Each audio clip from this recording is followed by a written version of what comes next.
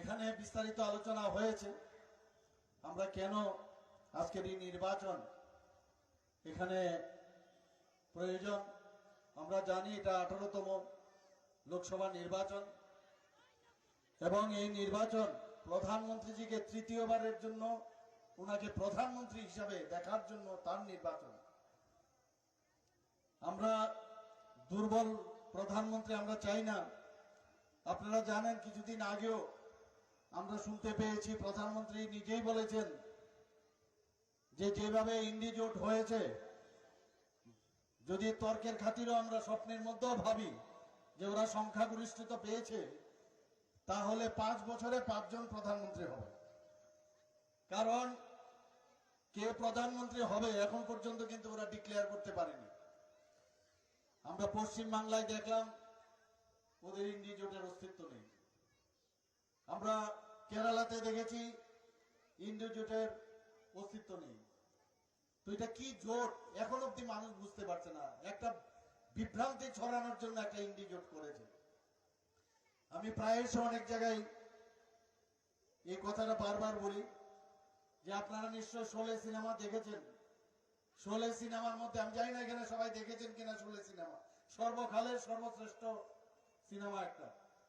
সেখানে অমিতাভ বচ্চন এবং ধর্মেন্দ্রজি ইচ্ছে করে খবর পাঠানোর জন্য জেলারের কাছে আসরানির কাছে বলে পিস্তল আ চুকা হয়। তো পিস্তল আ চুকা এই খবরটা যখন জেলারের কাছে গেল, আর আসরানি তো জানেনি কিভাবে অ্যাক্টিং করে হুমড়ে পড়ছে। তো সমস্ত জেলের যে শান্ত্রীরা আছেন তাদেরকে নিয়ে বলে চলো লেফট রাইট করে গেল একটা জায়গায়, বলে হল্ট, আধা বায়ে আধা ডাইনে আর বাকি মেরা চাহতা হো। হঠাৎ করে পেছনে তাকিয়ে দেখে আর বাকি কেউ রইল না, কারণ আধা বায়ে আধা ডাইনে গেল। এই ইন্ডি জোটের এই অবস্থা হবে। অদ্ভুত এক অবস্থা চলছে আমাদের ভারতবর্ষের। এই এখন যে বর্তমান অবস্থা, সেই অবস্থান থেকে একমাত্র আমাদের মাননীয় প্রধানমন্ত্রী নরেন্দ্র মোদীজি আমাদেরকে বাঁচাতে পারেন।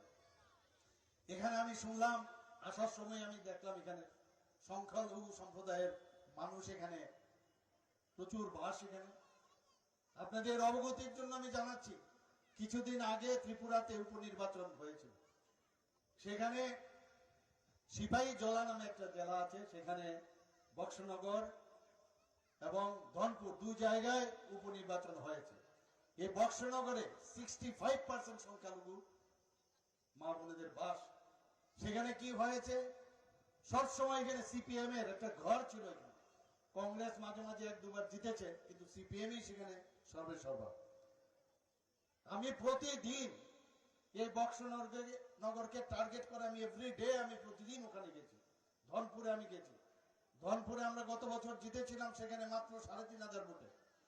ত্রিপুরা ছোট জায়গা, এক একটা বিধানসভাতে 37,000-38,000 ভোটার থাকে। সেখানে এই বক্সনগর কেন্দ্রে আমি সমস্ত জায়গায় যারা ইমামরা আছেন মসজিদে, যেখানে আমি সব জায়গায় সব মানুষের কাছে কথা বলেছি। খালি গিয়ে বলছি প্রধানমন্ত্রীজি সবকা সাথ সবকা বিকাশ আর বিশ্বাসের এবং তার প্রয়াসের কথা বলেন।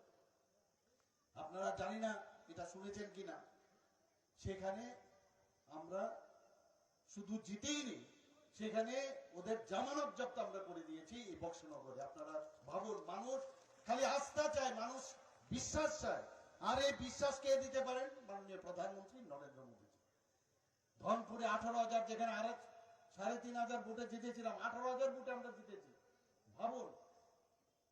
এবং আমি প্রায় ত্রিপুরার থেকে মাঝে মাঝে ভাবি যে এই যে বিভ্রান্তি সৃষ্টি করার একটা প্রয়াস বিরোধী দলের যারা আছেন, বিশেষ করে তৃণমূল, কেন ওরা করছে?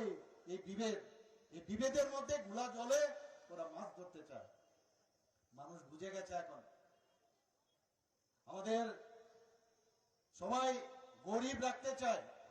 যতগুলো পার্টি আছে, তৃণমূল হোক, কংগ্রেস হোক, সিপিএম হোক, গরিব রাখতে চায়। আর প্রধানমন্ত্রীজি বলছেন সবার উন্নতি আমরা চাই। তো সেই কারণে এই নির্বাচন খুবই গুরুত্বপূর্ণ আমাদের কাছে। রাষ্ট্র নির্মাণের নির্বাচন, গ্যারান্টির নির্বাচন। প্রধানমন্ত্রীজি বলছেন আমি প্রতিটি মানুষের গ্যারান্টি আমি দিতে চাই। আর গ্যারান্টিরও গ্যারান্টি, অর্থাৎ আমি যে কাজটা করব আমি সেই কাজটা যেন সময়ের কাজ সময়ে শেষ হয়। এখানে প্রায় এসে বলা হয় পশ্চিমবঙ্গে নাকি আমাদের দিল্লির থেকে একটা স্টেপ মাদারলি বিহেভ করে। এখানে এতগুলো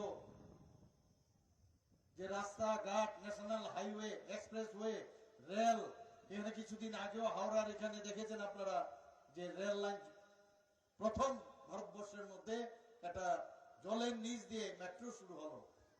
এত বড় এত ডেভেলপমেন্ট সেটা একমাত্র সম্ভব হয়েছে এই বৈমাতৃ সুলভ আচরণ আমাদের মাননীয় প্রধানমন্ত্রীজি করেন না। আমাদের যতগুলো স্কিম আছে মাননীয় প্রধানমন্ত্রীজি, প্রধানমন্ত্রী আবাস যোজনাই হোক, প্রধানমন্ত্রী আয়ুষ্মান ভারতেই হোক, নল সে জলে হোক, প্রধানমন্ত্রী কিষাণ সম্মান নিধি হোক, প্রধানমন্ত্রী উজ্জ্বলা যোজনাই হোক, সেখানে কোথায় আমরা তো দেখি না। জাত পাত ধর্ম নির্বিশেষে এইভাবে তো আমাদের প্রধানমন্ত্রীজি সেভাবে দেন। তাহলে কেন আমাদের মধ্যে এই বিভ্রান্তি সৃষ্টি হচ্ছে সেটা আমাদের আজকে ভাববার বিষয়। আজকে আমাদের দেশকে যদি শক্তিশালী করতে হয় তাহলে একমাত্র মাননীয় প্রধানমন্ত্রীজির হাত শক্তিশালী করতে হবে। আমাদের এখানে হিরণময় ডক্টর হিরণময় চ্যাটার্জি দাঁড়িয়েছেন এখান থেকে, এই ঘাটালা কেন্দ্র থেকে। উনাকে ভোট দেওয়া এই 25 তারিখ সকাল সকাল গিয়ে শুধু আপনারা না, আপনারা সমস্ত মানুষের ঘরে ঘরে যাবেন, মানুষকে গিয়ে বলবেন যে মাননীয় প্রধানমন্ত্রী যে আমাদের পাঠিয়েছেন উনি আপনাদের আশীর্বাদ চাইছেন, খালি এই কথাটাই বলবেন। এবং সকাল সকাল গিয়ে এই যে একটা কুশাসনের দুঃশাসনের একটা সরকার তৃণমূলের এখানে চলছে, তার বিরুদ্ধে যদি আমাদের আওয়াজ তুলতে হয় তাহলে সকাল সকাল গিয়ে আমাদের এই ডাক্তার হিরণময় চট্টোপাধ্যায়কে ভোট দিয়ে বিপুল ভোটে জয়যুক্ত করতে হবে। বন্ধুগণ, আপনারা জানেন ত্রিপুরা তো একই অবস্থা ছিল। আমরা 35 বছর সেখানে বামফ্রন্টের সরকার ছিল এবং সেই বামফ্রন্টের সরকার যেখানে আমি যাই হাজার হাজার লোক আমরা দেখেছি সেখানে বাড়ি ছাড়া হয়েছে। নির্বাচনের সময় সন্ত্রাস, নির্বাচনের আগে সন্ত্রাস, নির্বাচনোত্তর সন্ত্রাস, এগুলো করে এসছে। যেখানে যেখানে কমিউনিস্টরা রাজত্ব করেছে সেখানে আমরা ত্রিপুরাতে দেখেছি, পশ্চিম বাংলা তো একই অবস্থা, 34 বছর ওরা এখানে রাজত্ব করেছে। একই কায়দায় তৃণমূল এবং তার সরকার একই কায়দায় চলছে। কেরালা তো একই অবস্থা চলছে।